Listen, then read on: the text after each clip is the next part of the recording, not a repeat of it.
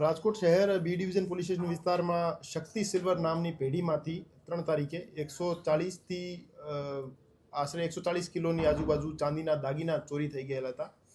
આ બાબતે રાજકોટ શહેર પોલીસ કમિશનર શ્રી બ્રજેશકુમાર જાસર તથા અધિક police commissioner Shri Mahendra Bagadia sir દ્વારા ડીસીપી ઝોન 1ની અંડરની ટીમો, એલસીબી બી ડિવિઝનની ટીમો અને ક્રાઇમ બ્રાન્ચની ટીમોને આ ગુનો ડિટેક્ટ કરવા માટે સૂચના આપવામાં આવેલ હતી.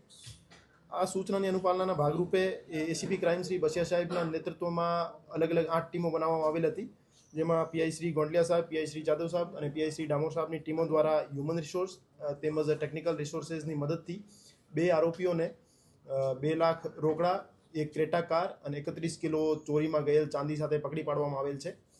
અને આ જે આરોપીઓ હતા એમાં જે મુખ્ય યોજના બનાવનાર માણસો જે છે, એક રતનસિંહ અને એક શૈલેન્દ્રસિંહ રાજપૂત, એ જે 2 આરોપીઓ છે એમના દ્વારા આ આખી ચોરીની યોજના ઘડવામાં આવેલ હતી. અને શૈલેન્દ્રસિંહ નામનો માણસ જે સિરોહી રાજસ્થાનનો રહેવાસી છે, એ 1 મહિનાથી રાજકોટમાં આટાફેરા મારતો હતો અને રેકી કરતો હતો. એના પછી એ રાજસ્થાનથી પોતાની સાથે મુકેશ રામારામ પ્રજાપતિ અને એક છોટુ નામનો યુપીનો રહેવાસી માણસને સાથે લઈને અમદાવાદ આવ્યો હતો. અને ત્યાં અમદાવાદમાં રતનસિંહ રાઠોડ નામના વ્યક્તિને મળ્યો હતો. અને એ ચારેય અમદાવાદમાંથી ભેગા થઈ બોટાદના જરિયા ગામના રહેવાસી રાજુ ભોજક નામના આરોપીની ઘરે રાતે રોકાણ માટે આવ્યા હતા. ત્યાં રાજુ ભોજક દ્વારા એમને એક ક્રેટા કાર અને પોતાનો એક જગદીશ ભોજક નામનો માણસ એમની સાથે મોકલવામાં આવેલ હતો. અને આ તમામ આરોપીઓને જસદણ સુધી રાજુ ભોજક મૂકી ગયો હતો. અને જસદણ પછી એ તમામ આરોપીઓએ ક્રેટા કારમાંથી રાજકોટ શહેરમાં આવી અને ચોરીને અંજામ આપ્યો હતો. અને ચોરી કર્યા ઉપરાંત પછી તમામ આરોપીઓ રાજુ ભોજકના ઘરે ફરીથી જતા રહ્યા અને રાજુ ભોજકના ઘરે ચાંદીની ભાગબટાઈ કરી હતી. અને ભાગબટાઈ કર્યા ઉપરાંત રાજુ ભોજક નામનો આરોપી જે છે એ ફોર્ચ્યુનર કારમાં જે અમદાવાદથી 4 આરોપીઓ આવ્યા હતા, એ 4 આરોપીઓને અમદાવાદ મૂકવા માટે ગયો હતો. અને અમદાવાદ ચારેયને મૂકીને પરત આવી ગયો હતો. તો રાજકોટ શહેર પોલીસની ટીમોને આજે સૂચના મળી કે આજી ડેમ ચોકડીની આજુબાજુ સરદાર તરફથી એ જે રતનસિંહ રાઠોડ અને રાજુ ભોજક નામના વ્યક્તિ જે છે, બંને એને ખબર પડી ગઈ હતી કે પોલીસ એમને ગોતે છે. તો એ કેટા અને મુદ્દામાલને સગે વગે કરવા માટે રાજકોટ શહેર તરફ આવી રહ્યા હતા. તો રાજકોટ શહેર પોલીસ દ્વારા ત્યાં એમને રંગે હાથ દબોચી લેવામાં આવ્યા હતા. અને એમની પાસેથી ક્રેટા કાર, 31 કિલો ચાંદી અને 2 લાખ રોકડા એમની પાસેથી કબજા કરવામાં આવેલા. રતનસિંહ અને શૈલેન્દ્રસિંહ રાજપૂત, એ રતનસિંહ રાઠોડ જે છે પ્રોહિબિશનના ગુનામાં સંડોવાયેલો માણસ છે. એ દાંતેવાડા રાજસ્થાન બોર્ડર નજીક દાંતેવાડાનો નિવાસી છે. અને શૈલેન્દ્રસિંહ રાજપૂત સિરોહી રાજસ્થાનનો નિવાસી છે. એ બંને એકબીજાને કોન્ટેક્ટમાં હતા અને ત્યાંથી પ્લાન કરીને પછી એ અમદાવાદ આવ્યા હતા. અને અમદાવાદ ટેલિફોનિક સંપર્ક કરી રાજુ ભોજકના કોન્ટેક્ટમાં આવ્યા હતા. અને રાજુ ભોજક પણ ગુનાહિત ઇતિહાસ ધરાવે છે અને પ્રોહિબિશનના ગુના એના વિરુદ્ધ દાખલ થયેલ છે. અને એ જે રતનસિંહ રાઠોડ છે, એ રાજુ ભોજકને પ્રોહિબિશનનો માલ પહોંચાડે છે. એના કારણે એ અગાઉથી કોન્ટેક્ટમાં. શૈલેન્દ્રસિંહ રાજપૂત નામનો જે માણસ છે, એને રાજકોટ શહેરની આ જગ્યા ઉપર ચાંદી રાખવામાં આવે છે એ બાબતે ઇન્ફોર્મેશન મળી હતી. અને એના પછી એ છેલ્લા ઘણા સમયથી ત્યાં રેકી પણ કરી હતી અને ત્યાં આટાફેરા મારતો હતો.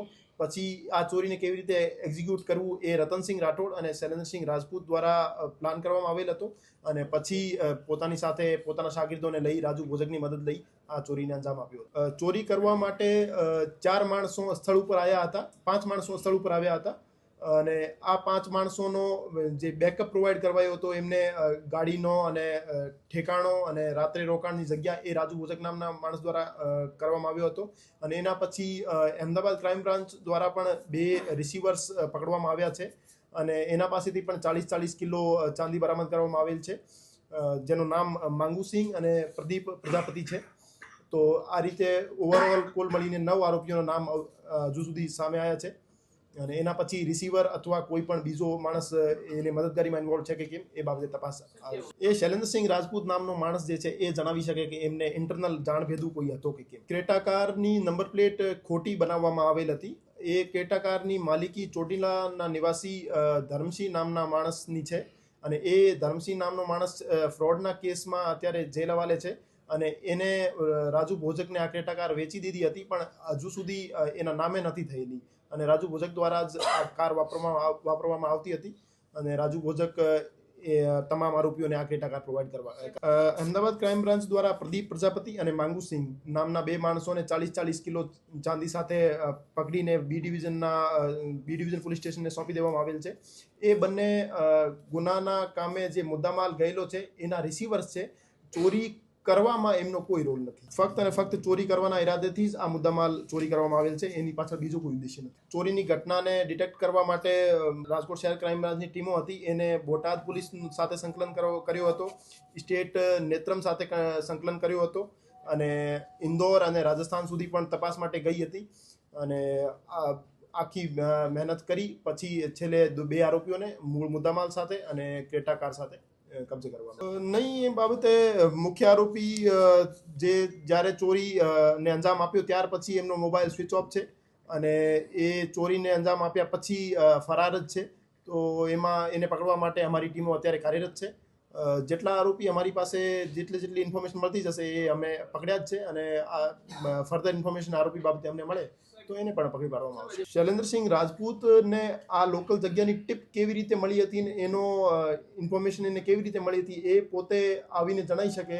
એનો જ્યારે પકડવામાં આવશે એનો ઇન્ટરોગેશન દરમિયાન આ ચીજ સામે આવશે. હજુ સુધીની તપાસમાં શૈલેન્દ્રસિંહ જે રાજકોટ સાથે કેવી રીતે કનેક્ટેડ છે આ કોઈ ઇન્ફોર્મેશન અમારી પાસે અવેલેબલ નથી.